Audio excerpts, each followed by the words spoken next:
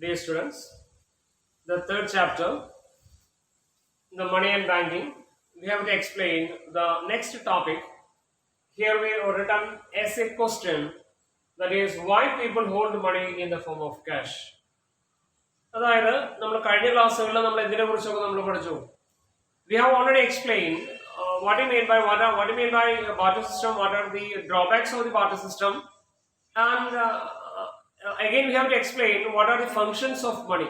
അല്ലേ, ഇത്രയും കാര്യങ്ങളാണ് നമ്മൾ മൂന്നാമത്തെ ചാപ്റ്ററിൽ ഓൾറെഡി എക്സ്പ്ലെയിൻ ചെയ്തത്. ഒന്ന്, ബാർട്ടർ സിസ്റ്റം എന്താണെന്ന് നമ്മൾ പറഞ്ഞു, അതിന്റെ ഡ്രോബാക്സ് പോരായ്മകൾ നമ്മൾ പറഞ്ഞു. രണ്ടാമത് നമ്മൾ പറഞ്ഞത് what are the functions of money, പണത്തിന്റെ പ്രധാനപ്പെട്ട ധർമ്മങ്ങളേവ. ഇത്രയും കാര്യങ്ങളാണ് നമ്മൾ പറഞ്ഞിരിക്കുക. ഇവിടെ നമ്മൾ പറയുന്നത് എന്തുകൊണ്ട് ജനങ്ങൾ പണം ലിക്വിഡ് ഫോമില് എന്ന് പറഞ്ഞാൽ പൈസയായി സൂക്ഷിക്കാൻ ആളുകൾ എന്തുകൊണ്ട് ആഗ്രഹിക്കുന്നു. ഇവിടെ ഞാനൊരു സ്ലാഷ് ഇട്ട് അവിടെ എഴുതിയിരിക്കുന്നത് നിങ്ങളുടെ പുസ്തകത്തിൽ അങ്ങനെ തന്നെയാണ്. That is a demand for money എന്ന് പറഞ്ഞാൽ basically what you mean by demand for money. എന്താണ് പണത്തിന്റെ ഡിമാൻഡ് എന്ന് പറഞ്ഞാൽ എന്താ? നമ്മൾ already we are explain with demand for a commodity and some of the elements which is related to that is a demand concept. Okay, here we have to explain what I mean by demand for a commodity. Demand for money. Demand for money can be defined as the desire of the people to hold money in the form of cash. ജനങ്ങളുടെ ആഗ്രഹം എന്താണ്? ആഗ്രഹം പണം. നമുക്കറിയാം, നമ്മൾ നിലവിലെ ഒരുപാട് ആളുകൾ പ്ലാസ്റ്റിക് മണി, അതായത് കാർഡ് ഉപയോഗിച്ച് പർച്ചേസ് ചെയ്യുന്നു. പൈസ വേണമെന്ന് നിർബന്ധമില്ല, നമ്മുടെ കയ്യിൽ എന്തുണ്ടായാൽ മതി, കാർഡുകൾ ഉണ്ടായാൽ മതി. ATM കാർഡ് ഉണ്ടെങ്കിൽ ഒരുവിധം കാര്യങ്ങൾ നടക്കും. ഡെബിറ്റ് കാർഡ് വെച്ച് നമുക്ക് എന്ത് ചെയ്യാം, പർച്ചേസ് ചെയ്യാം, തുടങ്ങിയ കാര്യങ്ങളെ കുറിച്ചൊക്കെ നമ്മൾ പറയുന്നുണ്ടെങ്കിലും എന്നിരുന്നാലും ആളുകൾ എന്ത് ചെയ്യുന്നുണ്ട്, കുറച്ച് പൈസ ലിക്വിഡ് ഫോമിൽ എന്ന് പറഞ്ഞാൽ നോട്ടായിട്ട് സൂക്ഷിക്കാൻ ആഗ്രഹിക്കുന്നു. അപ്പോ ഡിമാൻഡ് ഫോർ മണി എന്ന് പറഞ്ഞാൽ it is the desire of the people. അപ്പൊ ഡിമാൻഡ് ഫോർ മണി എന്ന് പറഞ്ഞാൽ അത് ജനങ്ങളുടെ ഒരു ആഗ്രഹമാണ്. എന്താണ് ജനങ്ങളുടെ ആഗ്രഹം എന്ന് നമ്മൾ പറയാം? ജനങ്ങളുടെ ആഗ്രഹം എന്ന് പറയുന്ന പൈസ ലിക്വിഡ് ഫോമില്, ഇന്ത്യയിൽ കോണ്ടെക്സ്റ്റിൽ നമ്മൾ പറയുകയാണെന്നുണ്ടെങ്കിൽ പൈസ കറൻസി ഫോമില് സൂക്ഷിക്കാനുള്ള ആളുകളുടെ ആഗ്രഹത്തെയാണ് ഡിമാൻഡ് ഫോർ മണി എന്ന് നമ്മൾ പറയാം. അപ്പൊ ഇവിടെ നമ്മൾ പറയുന്നത് എന്തുകൊണ്ട് ജനങ്ങൾ ലിക്വിഡ് ഫോമില് ഈ പൈസ സൂക്ഷിക്കാനായിട്ട് ആഗ്രഹിക്കുന്നു. അതിന് ഒരുപാട് കാരണങ്ങൾ നമ്മൾ പറഞ്ഞില്ല. ഇപ്പൊ നമ്മുടെ വീടുകളിൽ നിങ്ങൾ പറയണം, എമർജൻസി ആയിട്ട് ഒരു ഡ്രസ്സിംഗ് മെറ്റീരിയൽ നിങ്ങൾ വാങ്ങിക്കണം. ഉടനെ നിങ്ങളുടെ പാരന്റ്സ് പറയും എന്നത് ശരി, എന്നാൽ പോയിട്ട് അടുത്ത വണ്ടിക്ക് തന്നെ പോയിട്ട് നാളെ പോയിട്ട് തന്നെ ഡ്രസ്സ് വാങ്ങിക്കാമെന്ന് പറയും. സാധാരണ രീതിയിൽ പറയില്ല. സാധാരണ രീതിയിൽ പാരന്റ്സ് എന്ന് പറയും, ഇപ്പൊ അത് വാങ്ങിക്കാനുള്ള പൈസയില്ല, അല്ലെ, ഇപ്പൊ അത് വാങ്ങിക്കാനുള്ള പൈസയില്ല, അല്ലെങ്കിൽ പിന്നീട് ആലോചിക്കാം, നോക്കാം എന്നൊക്കെ പറയുള്ളൂ. അപ്പൊ ഇവിടെ എന്തുകൊണ്ടാണ് ജനങ്ങള് ലിക്വിഡ് ഫോമില് പൈസ സൂക്ഷിക്കാനായിട്ട് ആഗ്രഹിക്കുന്നത് എന്ന് ചോദിച്ചാൽ അതിന്റെ പ്രധാനപ്പെട്ട കാരണം നമുക്ക് നമ്മുടെ നിത്യജീവിതത്തിന് ആവശ്യമായ സാധനങ്ങളും സേവനങ്ങളും വാങ്ങിക്കുന്നതിന് വേണ്ടിയിട്ടാണ്. In order to purchase goods and services of our daily life. ഇല്ലേ, നമ്മുടെ നിത്യജീവിതത്തിന് ആവശ്യമായ സാധനങ്ങളോ സേവനങ്ങളോ വാങ്ങിക്കുന്നതിന് വേണ്ടി നമ്മൾ എന്ത് ചെയ്യുന്നു? പൈസ നമ്മൾ സൂക്ഷിക്കുന്നു. ഇല്ലേ, നമ്മുടെ നാട്ടിൻപുറങ്ങളില് നമ്മളൊരു പച്ചക്കറി കടയിലേക്ക് പോയിട്ട് നമ്മൾ കുറച്ച് പച്ചക്കറി വാങ്ങിച്ചു, എന്നിട്ട് നമ്മുടെ ATM കാർഡ് ആ കടക്കാരന് കൊടുത്താൽ കടക്കാരന്റെ കയ്യിൽ അതിനുള്ള സംവിധാനം ഉണ്ടാകണമെന്ന് നിർബന്ധമുണ്ടോ? ഇല്ല. നമ്മൾ പൈസ കൊടുത്ത് തന്നെ എന്ത് ചെയ്യണം? സാധനങ്ങൾ വാങ്ങിക്കണം. നമ്മൾ ടൗണിലേക്ക് പോയി വലിയ കടകളിലേക്കൊക്കെ പോയി കഴിഞ്ഞാൽ അവിടെ കാർഡ് കൊടുത്താൽ നമുക്ക് എന്ത് ചെയ്യാം?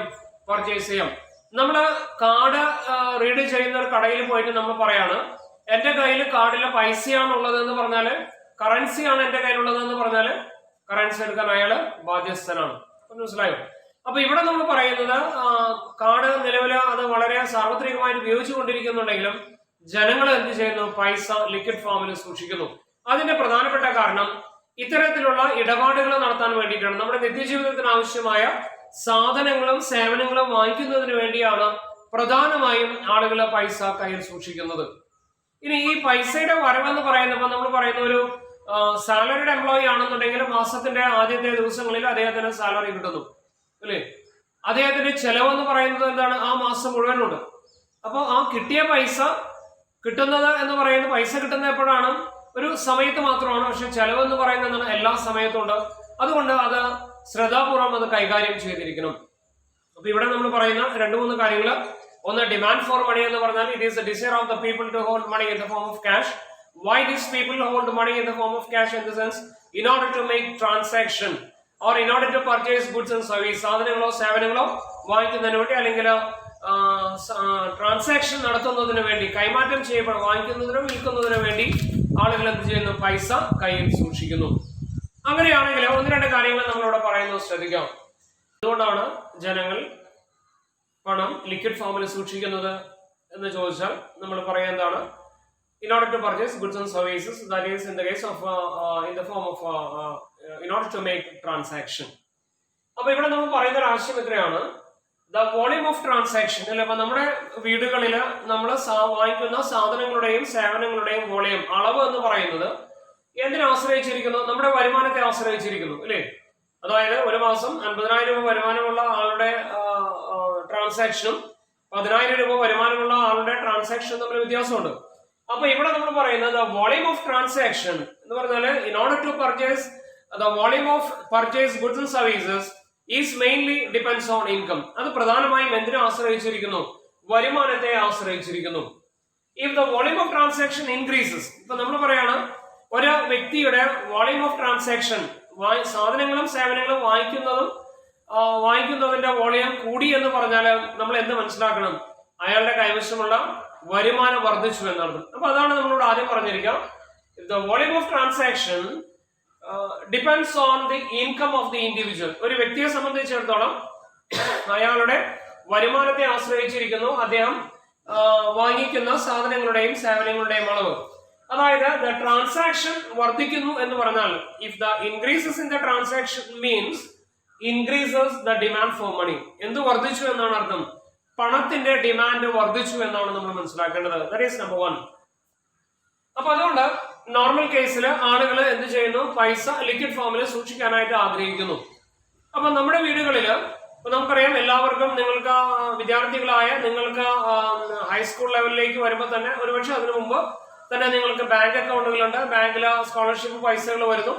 ഈവൻ നിങ്ങൾക്ക് വേണമെന്നുണ്ടെങ്കിൽ ചെറിയ തുക നിങ്ങൾക്ക് ബാങ്കിൽ ഡെപ്പോസിറ്റ് ചെയ്യാം. അത്തരം കാര്യങ്ങളൊക്കെ നമുക്ക് ഇവിടെ ചെയ്യാം, അല്ലേ? ഇപ്പൊ നമ്മുടെ വീട്ടില്, നിങ്ങളുടെ ഓരോരുത്തരുടെയും വീടുകളിൽ നിങ്ങളുടെ പാരന്റ്സ് സൂക്ഷിച്ചിട്ടുള്ള പൈസ, ഞാൻ പറഞ്ഞു എന്തിനു വേണ്ടിയാണ് പ്രധാനമായും സൂക്ഷിക്കുന്നത്? സാധനങ്ങളും സേവനങ്ങളും വാങ്ങിക്കാൻ വേണ്ടി എന്ന് നമ്മൾ പറയുന്നു. അങ്ങനെ പൈസ കയ്യിൽ സൂക്ഷിക്കുമ്പോൾ അതിന് ഇക്കണോമിക് ടേംസിൽ നമ്മൾ ഒരു ആശയം നമ്മൾ പറയും, അതിന് ഒരു ഓപ്പർച്യൂണിറ്റി കോസ്റ്റ് ഉണ്ട് എന്ന് നമ്മൾ പറയും. എന്ന് പറഞ്ഞാല് അതിന് ഒരു അവസരാത്മക ചെലവ് എന്ന് നമ്മൾ പറയും. ഇപ്പൊ നമ്മുടെ കൈവശം ഒരു 1000 രൂപ നമ്മുടെ കയ്യിൽ സൂക്ഷിക്കുന്നു. നമ്മളത് ബാങ്കിൽ കൊണ്ടുപോയി ഡെപ്പോസിറ്റ് ചെയ്താൽ നമുക്ക് എന്ത് കിട്ടും? SB അക്കൗണ്ടിലാണെങ്കിൽ പലിശ കുറവാണ്, എന്നിരുന്നാലും 4.5%, 5% പലിശ നമുക്ക് കിട്ടും, അല്ലേ? ഇനി ആ 1000 രൂപ നമ്മൾ FD ഇട്ടാലോ, ഫിക്സഡ് ഡെപ്പോസിറ്റ് ഇട്ടാലോ, ഒരു പക്ഷെ നമുക്ക് 6%, 6% നമുക്ക് പലിശ കിട്ടും. ചുരുങ്ങിയത് ബാങ്കിൽ പോയി ഡെപ്പോസിറ്റ് ചെയ്താൽ, നമ്മുടെ കൈവശമുള്ള പൈസ ബാങ്കിൽ പോയി ഡെപ്പോസിറ്റ് ചെയ്താൽ അതിന് നമുക്ക് പലിശ ഇനത്തിൽ വരവുണ്ടാകും. ഞാൻ ചെറിയൊരു എമൗണ്ട് പറഞ്ഞു എന്ന് മാത്രം. അപ്പൊ ഇവിടെ ലിക്വിഡ് ഫോം ഓഫ് മണി, നമ്മള് പൈസ നോട്ടായിട്ട് നമ്മൾ സൂക്ഷിക്കുമ്പോൾ ആ ഒരു ഫിനോമിനൻ, അല്ലെങ്കിൽ ആ സൂക്ഷിക്കുന്ന ആ പണത്തിന് ഒരു അവസരാത്മക ചെലവ് ഉണ്ട് നമ്മൾ പറയാം. എന്താണ് ഓപ്പർച്യൂണിറ്റി കോസ്റ്റ് എന്ന് പറഞ്ഞാൽ? നമ്മൾ മൈക്രോ എക്കണോമിക്സിലെ 1ാമത്തെ ചാപ്റ്ററിലൊക്കെ വിശദമായിട്ട് നമ്മൾ പറഞ്ഞതാണ്. ഓപ്പർച്യൂണിറ്റി കോസ്റ്റ് എന്ന് പറഞ്ഞാൽ the next best alternative sacrifice, ഏറ്റവും അടുത്ത നല്ല ഇതര ആവശ്യമെന്ന് നമ്മൾ പറയാം. അപ്പൊ ഇവിടെ നമ്മൾ പറയുന്നത് പൈസ കയ്യിൽ സൂക്ഷിക്കുന്നില്ലെങ്കിൽ അതിന്റെ നെക്സ്റ്റ് ബെസ്റ്റ് ബെനിഫിറ്റ് എന്താണ്? നമുക്ക് ഇൻട്രസ്റ്റ് കിട്ടുക എന്നുള്ളതാണ്. That is the opportunity cost for the liquid form of money. അപ്പൊ പണത്തിന്റെ ഈ ലിക്വിഡിറ്റിക്ക് അവസരാത്മക ചെലവുണ്ട്. കാരണം നമ്മളത് ബാങ്കിൽ പോയിട്ട് ഡെപ്പോസിറ്റ് ചെയ്താൽ നമുക്ക് പലിശ കിട്ടുമെന്നുണ്ടെങ്കിൽ, പലിശ എന്ന് പറയുന്ന അഥവാ ഇൻട്രസ്റ്റ് എന്ന് പറയുന്നതാണ് ഈ ലിക്വിഡ് ഫോം ഓഫ് മണിയുടെ അവസരാത്മക ചെലവ്. ദ നെക്സ്റ്റ് ബെസ്റ്റ് ഓൾട്ടർനേറ്റീവ്, അതിനെയാണ് ഓപ്പർച്യൂണിറ്റി കോസ്റ്റ് എന്ന് നമ്മൾ പറയാം. മൈക്രോ എക്കണോമിക്സിലെ 1ാമത്തെ ചാപ്റ്ററിൽ കുറെ കൂടെ ഡീറ്റെയിൽ ആയിട്ട് നമ്മൾ പഠിച്ചതാണ് ഓപ്പർച്യൂണിറ്റി കോസ്റ്റിനെ സംബന്ധിച്ച്. നിങ്ങൾക്ക് എന്തെങ്കിലും സംശയങ്ങൾ ഉണ്ടെങ്കിലും മൈക്രോ എക്കണോമിക്സിലെ ആദ്യത്തെ ചാപ്റ്റർ ഒന്ന് റെഫർ ചെയ്യാം. അപ്പോൾ എന്താണ് ഓപ്പർച്യൂണിറ്റി കോസ്റ്റ് എന്ന് പറഞ്ഞാൽ next best alternative.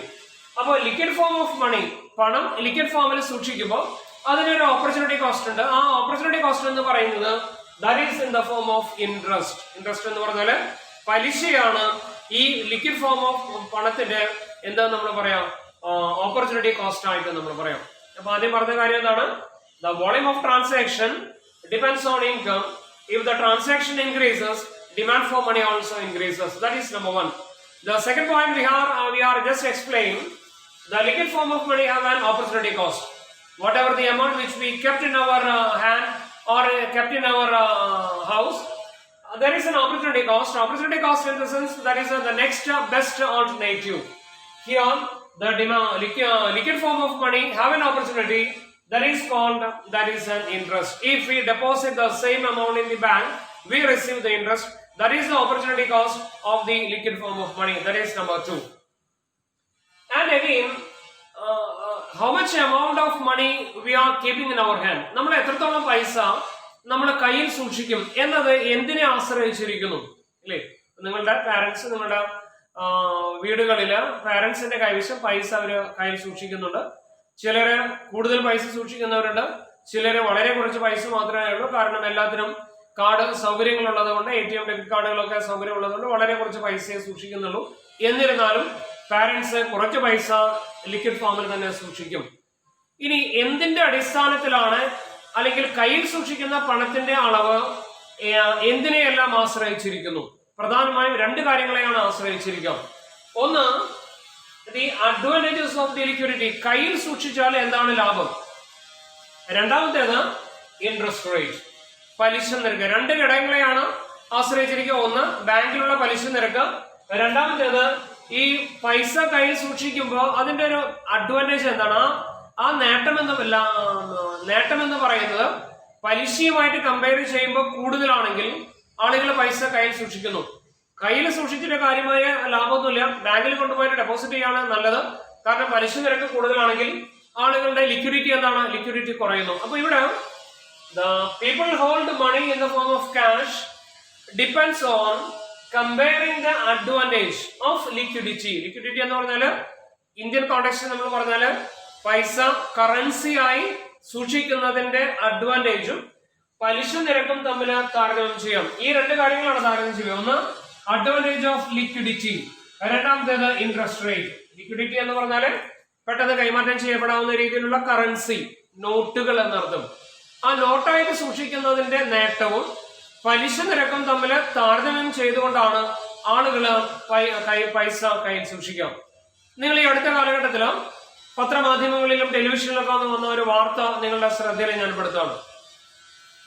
Popular finance എന്ന് പറയുന്ന ഒരു ചിട്ടി കമ്പനി, ധനകാര്യ സ്ഥാപനവുമായി ബന്ധപ്പെട്ട് വന്നിട്ടുള്ള വാർത്തകൾ നിങ്ങൾ ശ്രദ്ധിക്കാം. എന്തുകൊണ്ട് ഇത്രയധികം ആളുകൾ ആ ഒരു സ്ഥാപനത്തിൽ പൈസ ഡെപ്പോസിറ്റ് ചെയ്തു? എന്താണ് നിങ്ങളുടെ ഒരു അഭിപ്രായം? എന്താണ്, എന്തുകൊണ്ട് രാജ്യത്ത് ഒരുപാട് നാഷണലൈസ്ഡ് ബാങ്കുകളുണ്ട്, ഷെഡ്യൂൾഡ് ബാങ്കുകളുണ്ട്, അല്ലാത്ത ഒരുപാട് ബാങ്കുകളുണ്ട്. ഇതിലൊന്നും ഡെപ്പോസിറ്റ് ചെയ്യാതെ നല്ലൊരു ശതമാനം ആളുകൾ ഈ പറയുന്ന കമ്പനിയിൽ പോയിട്ട് പൈസ ഡെപ്പോസിറ്റ് ചെയ്തു? കാരണം എന്താണ്? അതിന്റെ കാരണം ഒരൊറ്റ കാരണമേ ഉള്ളൂ, അവര് ഓഫർ ചെയ്ത പലിശ നിരക്ക് വളരെ കൂടുതലാണ്. അപ്പൊ ഇൻട്രസ്റ്റ് റേറ്റ് കൂടിയപ്പോൾ ആളുകൾ എന്ത് തീരുമാനിച്ചു? കയ്യിൽ പൈസ സൂക്ഷിക്കേണ്ട. കാരണം അതെന്താണ്, നഷ്ടമാണ്. ഈ സ്ഥാപനത്തിൽ കൊണ്ടുപോയി ഡെപ്പോസിറ്റ് ചെയ്ത് കഴിഞ്ഞാൽ കൂടുതൽ റിട്ടേൺസ് ഉണ്ടാകും, അതുകൊണ്ട് പൈസ ഡെപ്പോസിറ്റ് ചെയ്യാം. അപ്പൊ ഇത് രണ്ടും തമ്മിൽ താരതമ്യം ചെയ്ത് നോക്കിയപ്പോൾ പലിശ നിരക്ക് ഈ സ്ഥാപനത്തിൽ വളരെ കൂടുതലാണ്, അതുകൊണ്ട് ആ സ്ഥാപനത്തിൽ പോയിട്ട് എന്ത് ചെയ്യാം, ഡെപ്പോസിറ്റ് ചെയ്യാം. ഇനി ഇപ്പൊ നമ്മൾ പറയുന്ന നാഷണലൈസ്ഡ് ബാങ്കുകൾ നമ്മുടെ രാജ്യത്തുണ്ട്. എന്തുകൊണ്ട് അതിൽ പോയി ഡെപ്പോസിറ്റ് ചെയ്തില്ല? കാരണം അവിടെ പലിശ നിരക്ക് കുറവാണ്. ഇനി എന്റെ പ്രിയ വിദ്യാർത്ഥികളെ, നിങ്ങളോട് ഒരു കാര്യം നിങ്ങളുടെ ശ്രദ്ധയിൽപ്പെടുത്താണ്. പ്രത്യേകിച്ച് കേരളത്തിലെ ആദ്യ കാലങ്ങളിൽ മുതൽ കേരളത്തിലെ ഇത്തരത്തിലുള്ള തട്ടിപ്പുകൾ സർവ്വസാധാരണ. ഇനിയും പല രൂപത്തിലും ഈ തട്ടിപ്പുകൾ പല രൂപത്തിലും വരാം. നമ്മുടെ രാജ്യത്തെ ഇൻഫ്ലേഷൻ എന്ന് പറയുന്നത് ഏകദേശം ഒരു 6-7%, 5% ഇടയിലൊക്കെയാണ്. നോർമൽ കേസിൽ നമ്മുടെ രാജ്യത്തെ ഇൻഫ്ലേഷൻ, പണപ്പെരുപ്പം എന്ന് നമ്മൾ പറയാം. അപ്പൊ സ്വാഭാവികമായും ഇൻഫ്ലേഷന്റെ തോത് അനുസരിച്ച് പണത്തിന്റെ മൂല്യത്തിൽ കുറവ് സംഭവിക്കാം. എന്ന് പറഞ്ഞാല് ഒരു ബാങ്കില് നമ്മൾ പോയി പൈസ ഡെപ്പോസിറ്റ് ചെയ്യുമ്പോൾ നമ്മുടെ രാജ്യത്തെ ഇൻഫ്ലേഷൻ 7% ആണെങ്കിൽ ബാങ്ക് പറയുന്നു നിങ്ങൾക്ക് 7% പലിശ തരാം, നിങ്ങൾക്ക് ധൈര്യമായിട്ട് ഡെപ്പോസിറ്റ് ചെയ്യാം. കാരണം അത് രാജ്യത്തിന്റെ ഇൻഫ്ലേഷനുമായി ബന്ധപ്പെടുത്തിക്കൊണ്ടാണ് നമുക്ക് എന്ത് പറയുന്നത്, നമ്മുടെ പലിശ നിരക്ക് നമ്മൾ പറയാം. റിസർവ് ബാങ്ക് പറയുന്ന നിർദ്ദേശം അനുസരിച്ച് നമ്മുടെ രാജ്യത്തെ ഇൻഫ്ലേഷൻ 7% ആയിരിക്കെ ഒരു ബാങ്ക് പറയാണ് നിങ്ങൾ ആ പൈസ ഡെപ്പോസിറ്റ് ചെയ്താൽ നിങ്ങൾക്ക് 14% പലിശ തരാം എന്ന് പറഞ്ഞാൽ നിങ്ങൾ പ്രത്യേകിച്ച് നിങ്ങൾ എക്കണോമിക്സ് പഠിക്കുന്ന വിദ്യാർത്ഥികളായതുകൊണ്ട് പ്രത്യേകം ശ്രദ്ധിക്കാം. ഒരു കാരണവശാലും നമ്മുടെ രാജ്യത്ത് പ്രവർത്തിക്കുന്ന ഒരു ബാങ്കിനും നിയമാനുസൃതം 14% പലിശ തരാൻ പറ്റില്ല. പലിശ തരുന്നുണ്ടെങ്കിൽ രണ്ട് രീതിയിലാണ് പലിശ തരാം. ഒന്ന്, മറ്റുള്ളവരുടെ പൈസ പറ്റിച്ച് നിങ്ങൾക്ക് 14% തരാം, അല്ലെങ്കിൽ അവര് നേരിട്ട് നിങ്ങളെ പറ്റിക്കുന്നു. അല്ലാതെ നിയമാനുസൃതമായ രീതിയിൽ രാജ്യത്തെ ഇൻഫ്ലേഷൻ 7% ഒരു കാരണവശാലും അതിന്റെ ഇരട്ടി പലിശ തരാവുന്ന നിയമാനുസൃതമായ മാർഗങ്ങൾ നമ്മുടെ രാജ്യത്ത് ധനകാര്യ മേഖലയിൽ നിലവിലില്ല. നമ്മുടെ ആളുകളുടെ ക്യാരക്ടർ എന്താണ്? പെട്ടെന്ന് പൈസ ഉണ്ടാക്കണം, അതുകൊണ്ട് കൂടുതൽ ലാഭമുള്ള സ്ഥലത്ത് പൈസ ഡെപ്പോസിറ്റ് ചെയ്യുന്ന പ്രിയ വിദ്യാർത്ഥികളെ, അത്തരം ഒരു പണം കായ്ക്കുന്ന മരമോ പെട്ടെന്ന് പൈസ ഉണ്ടാകുന്ന ഒരു സംവിധാനമോ നമ്മുടെ രാജ്യത്തില്ല. നിങ്ങൾ ഒരു പൈസ ഡെപ്പോസിറ്റ് ചെയ്യുക, നമ്മൾ അധ്വാനിച്ചുണ്ടാക്കിയ പൈസ ഡെപ്പോസിറ്റ് ചെയ്യുമ്പോൾ അത് കൃത്യമായിട്ടൊന്ന് അന്വേഷിക്കാം. നിയമാനുസൃതമായ രീതിയിൽ നിങ്ങൾ പൈസ ഡെപ്പോസിറ്റ് ചെയ്യാം, അല്ലെങ്കിൽ ഇത്തരത്തിലുള്ള സംഭവങ്ങൾ ഇനിയും നമ്മുടെ നാട്ടിൽ ആവർത്തിക്കും. അതുകൊണ്ട് ആഗ്രഹങ്ങള് കുഴപ്പമില്ല, പക്ഷെ അത്യാർത്ഥി ഉണ്ടാകരുത്. നമ്മൾ അധ്വാനിച്ച് നിയമാനുസൃതമായ രീതിയിൽ ജീവിച്ച് നമ്മൾ എന്ത് ചെയ്യാം? ഡെപ്പോസിറ്റ് ചെയ്ത് നമുക്ക് വരുമാനം ആർജിക്കാം. അതിന് യാതൊരു തരത്തിലുള്ള നിയമ തടസ്സങ്ങളും ഇല്ല. ഇപ്പൊ ഈ പറയുന്ന സ്ഥാപനത്തിൽ പൈസ ഡെപ്പോസിറ്റ് ചെയ്തവർക്ക് പൈസ കിട്ടുമോ, എന്നാണ് കിട്ടുക എന്നതിനെ സംബന്ധിച്ച് ഒരു രൂപവും ഇല്ല. അതുകൊണ്ട് അത്തരത്തിലുള്ള കാര്യങ്ങളിൽ ചെന്ന് പെടാതിരിക്കാനായിട്ട് പ്രത്യേകം ശ്രദ്ധിക്കാം. തിരിച്ചു വരാൻ ഞാൻ പറഞ്ഞത്, ഈ ആളുകൾ ലിക്വിഡ് ഫോമില് പൈസ കയ്യിൽ സൂക്ഷിക്കുന്നത് പ്രധാനമായി രണ്ട് കാര്യങ്ങൾ ആശ്രയിച്ചിരിക്കും. ഞാൻ ഇവിടെ അത് പറഞ്ഞു എന്ന് മാത്രം. ഒന്ന് എന്താണ്? ഒന്ന്, നമ്മൾ പറയുന്ന ഈ ലിക്വിഡിറ്റി, പൈസ കയ്യിൽ സൂക്ഷിക്കുന്നതിന്റെ ഒരു നേട്ടം, അതുകൊണ്ട് എന്തൊക്കെ ലാഭങ്ങളുണ്ട്. രണ്ടാമത്തേത് പലിശ നിരക്ക്. സ്വാഭാവികമായും ബാങ്കിലെ പലിശ നിരക്ക് കുറവാണെങ്കിൽ നമ്മൾ പൈസ കയ്യിൽ സൂക്ഷിക്കാം, ഇല്ലേ? കാരണം പ്രത്യേകിച്ച് അവിടെ ഓപ്പർച്യൂണിറ്റി കോസ്റ്റ് ഇല്ല. ഇനി രാജ്യത്തെ ബാങ്കുകളുടെ പലിശ നിരക്ക് 10%. നമ്മൾ എന്ത് ചെയ്യാം? നമ്മൾ ബാങ്കിൽ ഡെപ്പോസിറ്റ് ചെയ്ത് കഴിഞ്ഞാൽ നമുക്ക് എന്ത് കിട്ടും? നമുക്ക് 10% പലിശ കിട്ടും. അപ്പോ by comparing the advantage of liquidity and interest rate, the people hold money in the form of cash. ആളുകൾ എന്ത് ചെയ്യുന്നു? പൈസ കയ്യിൽ സൂക്ഷിക്കുന്നത് ഈ രണ്ട് ഘടകങ്ങളുടെ അടിസ്ഥാനത്തിലാണ്. ഇനി ഇവിടെ നമ്മൾ ഒന്നുകൂടെ നമ്മുടെ ടോപ്പിക്കിലേക്ക് നമ്മൾ വരാണ്. അപ്പൊ ഇത്രയും കാര്യങ്ങളാണ് പണം കയ്യിൽ സൂക്ഷിക്കുന്നതുമായി ബന്ധപ്പെട്ട് നമ്മൾ പറഞ്ഞിരിക്കുക. ഒന്ന് ട്രാൻസാക്ഷൻ നമ്മൾ പറഞ്ഞു, then liquidity opportunity cost നമ്മൾ പറഞ്ഞു, then it depends on the advantages of liquidity and interest rate നമ്മൾ പറഞ്ഞു.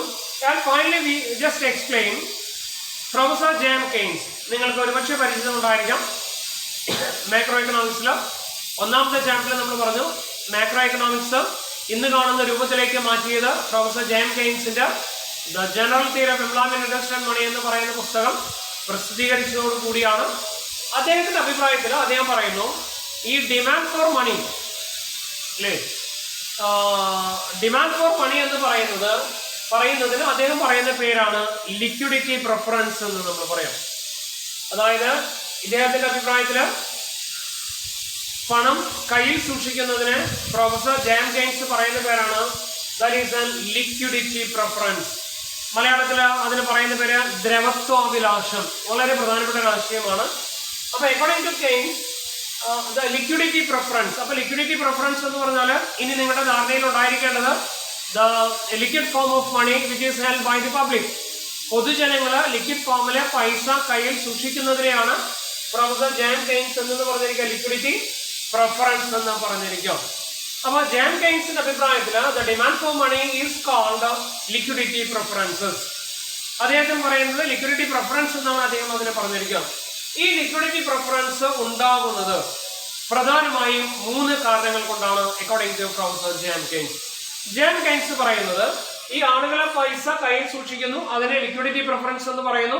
ഈ ലിക്വിഡിറ്റി പ്രിഫറൻസ് ഉണ്ടാകുന്നത് പ്രധാനമായും 3 കാരണങ്ങൾ കൊണ്ടാണ്. ഒന്ന്, നമ്മൾ പറയുന്നത് പ്രിക്കോഷണറി മോട്ടീവ്, ഒരു മുൻകരുതൽ പ്രേരകം. ഡീറ്റെയിൽ ആയിട്ട് അടുത്ത ക്ലാസ്സിൽ പറയാം. ഒന്ന് പ്രിക്കോഷണറി മോട്ടീവ്, രണ്ടാമത്തേത് ട്രാൻസാക്ഷൻ മോട്ടീവ്. ട്രാൻസാക്ഷൻ മോട്ടീവ് എന്ന് പറഞ്ഞാൽ കൈമാറ്റ പ്രേരകം. മൂന്നാമത്തേത് സ്പെക്കുലേറ്റീവ് മോട്ടീവ്. പ്രധാനമായിട്ടും ശ്രദ്ധിക്കാം. According to Professor James Keynes, the liquidity preferences, that is the why these people hold money in the form of cash, is depends on mainly 3 factors. 3 കാരണങ്ങളാണ് അതിന് അദ്ദേഹം പറയുന്നത്. ഒന്ന് പ്രിക്കോഷൻ, അതായത് മുൻകരുതൽ. ഇപ്പൊ ഞാൻ നേരത്തെ പറഞ്ഞു, നിങ്ങളൊരു ഡ്രസ്സിംഗ് മെറ്റീരിയലോ വാങ്ങിക്കണമെന്ന് നിങ്ങളുടെ പാരന്റ്സിനോട് പറഞ്ഞു, പാരന്റ്സ് പറഞ്ഞു പൈസയില്ല. നിങ്ങൾക്ക് പെട്ടെന്ന് എന്തെങ്കിലും ഒരു അത്യാഹിതം സംഭവിച്ചു, നിങ്ങൾക്കൊരു അപകടം സംഭവിക്കാതിരിക്കട്ടെ. അങ്ങനെ സംഭവിച്ചാൽ നിങ്ങളുടെ പാരന്റ്സിനോട് ഇങ്ങനെ ഒരു വിവരം പറഞ്ഞാൽ ഉടനെ അവർ ആശുപത്രിയിലേക്ക് പൈസയുമായിട്ട് വരും അല്ലേ? അതിനുവേണ്ടി പൈസ കയ്യിൽ സൂക്ഷിക്കുന്നു. ദാറ്റ് ഈസ് ആൻ പ്രിക്കോഷൻ, എന്ന ഒരു മുൻകരുതൽ എന്ന രീതിയിലാണ്. മനസ്സിലായി? രണ്ടാമത്തെ ട്രാൻസാക്ഷൻ നമ്മൾ നേരത്തെ പറഞ്ഞു, സാധനങ്ങളോ സേവനങ്ങളോ കൈമാറ്റം ചെയ്യാം. മൂന്നാമത്തേത് സ്പെക്യുലേഷൻ, ഊഹ കച്ചവട പ്രാരംഭം എന്നാണ് നമ്മൾ പറയുന്നത്. അപ്പൊ ഇവിടെ പ്രിക്കോഷനെ സംബന്ധിച്ച് ഡീറ്റെയിൽ ആയിട്ടൊന്നും പറയാനില്ല. ട്രാൻസാക്ഷൻ, സ്പെക്യുലേറ്റീവ് മോട്ടീവ് ഒക്കെ ഡീറ്റെയിൽ ആയിട്ട് പറയാനുണ്ട്. ഇത്രയും കാര്യങ്ങളാണ് ഇതിന്റെ ഇൻട്രൊഡക്ഷൻ ആയിട്ട് നമ്മൾ പറഞ്ഞു നിർത്തിയ പോയിന്റ് ഇതാണ്. According to professor John Keynes, liquidity preference arises due to three factors. Number 1, precautionary motive. Number 2, transaction motive. Number 3, speculative motive. ഈ പറയുന്ന മൂന്നും ഡീറ്റെയിൽ ആയിട്ട് അടുത്ത ക്ലാസ്സിൽ നമുക്ക് വിശദമായിട്ട് ചർച്ച ചെയ്യാം. ഇതിന് ഇൻട്രൊഡക്ഷൻ ആയിട്ട് പറഞ്ഞ കാര്യങ്ങളെ സംബന്ധിച്ച് കൃത്യമായ ധാരണ ഉണ്ടായിരിക്കാം. പ്രിയ വിദ്യാർത്ഥികളെ, നോട്ട് നിങ്ങൾ അപ്ഡേറ്റ് ആയിട്ട് നിങ്ങൾ എഴുതി പോകാം. കഴിഞ്ഞ പ്രാവശ്യത്തെ സി സ്കോർ പ്രിൻസിപ്പാളിന് സബ്മിറ്റ് ചെയ്തു. ചുരുക്കം ചില വിദ്യാർത്ഥികളുടെ ഭാഗത്തു നിന്ന് റെസ്പോൺസ് ഉണ്ടായിട്ടില്ല. അക്കാര്യങ്ങളൊക്കെ പ്രിൻസിപ്പാളിന് അറിവുള്ള കാര്യങ്ങളാണ്. കാരണം ലിസ്റ്റ് ഇരിക്കുന്നത് പ്രിൻസിപ്പാളിന്റെ കൈവശമാണ്. അതുകൊണ്ട് നോട്ട് മാർക്ക് ചെയ്ത് തന്നു കഴിഞ്ഞാൽ കൃത്യമായിട്ട് നിങ്ങൾ അത് വൈകാതെ നിങ്ങൾ എഴുതാനായിട്ട് പ്രത്യേകം ശ്രദ്ധിക്കാം. എന്നിട്ട് നിങ്ങളെ ക്ലാസ്സുകൾ കാണാം. കാരണം ക്ലാസ് ഒരുപാട് നിങ്ങൾ ഡിലേ ആയി കഴിഞ്ഞാൽ നിങ്ങൾക്കത് മനസ്സിലാകാൻ ബുദ്ധിമുട്ടുണ്ടായിരിക്കും. അതുകൊണ്ട് പറയുന്ന നിർദ്ദേശങ്ങൾ കൃത്യമായിട്ട് പാലിക്കാം. Thank you.